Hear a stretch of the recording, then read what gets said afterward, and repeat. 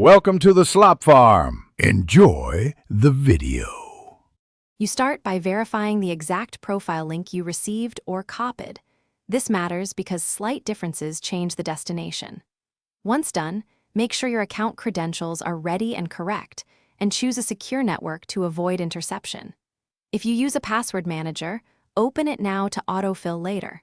Also confirm whether the link requires a specific subpath or query string so you won't land on the wrong page. This prevents wasted steps and failed sign-ins.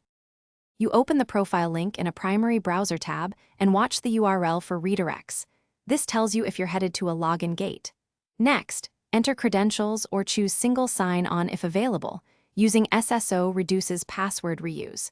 Make sure cookies and JavaScript are enabled because many profile pages rely on them to load content.